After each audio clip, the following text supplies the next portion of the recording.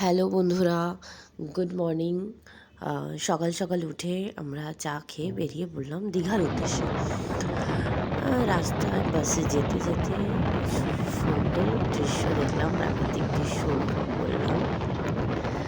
সুন্দর জমি, চাষের জমি, রাস্তা, নদী সমস্ত উপভোগ করতে করতে আমরা দীঘার দিকে চলে গেছি। ম্যাক্সিমামটাই দীঘা পৌঁছচ্ছি। তোমরা দেখতে থাকো, আমি কিছু কিছু মোমেন্টস তার সাথে তোমাদের সাথে শেয়ার করলাম।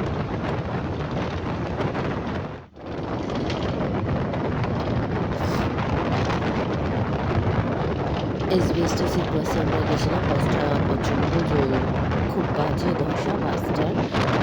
আমি সাজেস্ট করব, যদি কেউ দীঘা যায় এই বাসটায় কখনোই যেও না। বাসটা হয়তো টাইমলি পৌঁছে দেয়, বাট বাসটার যা অবস্থা দীঘা যেতে যেতে তোমাদের হাত পা এতটা ব্যথা হয়ে যাবে যে তোমার গিয়ে এনার্জি। ওয়েদারটা 4 দিন বৃষ্টির পর খুব ভালো ওয়েদার ছিল। আমাদের খুব ওয়েদারটা সাথ দিয়ে দিয়েছে ঘোরার জন্য। দীঘার ওয়েদারে রোদ, মেদিনীপুর ওয়েদার রোদ ছিল, কোনো রকম কোনো বৃষ্টি ছিল না। তো আমাদের কোনো রকম কোনো প্রবলেম হয়নি এর জন্য। দীঘা ঢুকতে ঢুকতে হালকা হালকা বৃষ্টি আমরা পড়ছিল ছিটে ফোটা, বাট সেটা কোনো প্রবলেম ক্রিয়েট করেনি। তারপর সঙ্গে সঙ্গে এত সুন্দর রোদ দিয়েছে যে আমরা সমুদ্রে গিয়ে এনজয় করতে পেরেছি। তো তোমরা দেখতে থাকো। আমি দীঘার যাওয়া পর্যন্ত কিছু ভিডিও তোমাদের সাথে শেয়ার করছি, তো দেখতে থাকো। সেটা কেমন লাগলো আমাকে জানিও। আর তার সাথে আমরা কোন হোটেলে উঠেছি, আমাদের হোটেলের রুম কী, সেগুলো সমস্তটা আমি ভিডিওতে শেয়ার করেছি।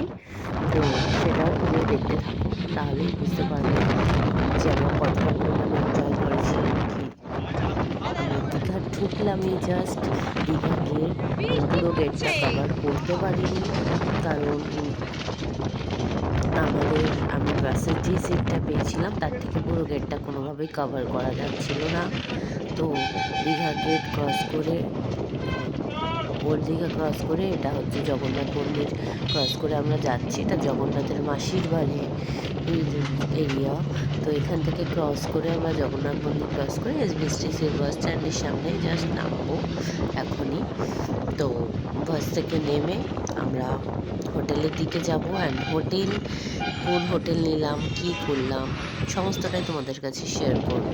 ওকে, দেখতে থাকো ভিডিওটা। চলো, টাটা।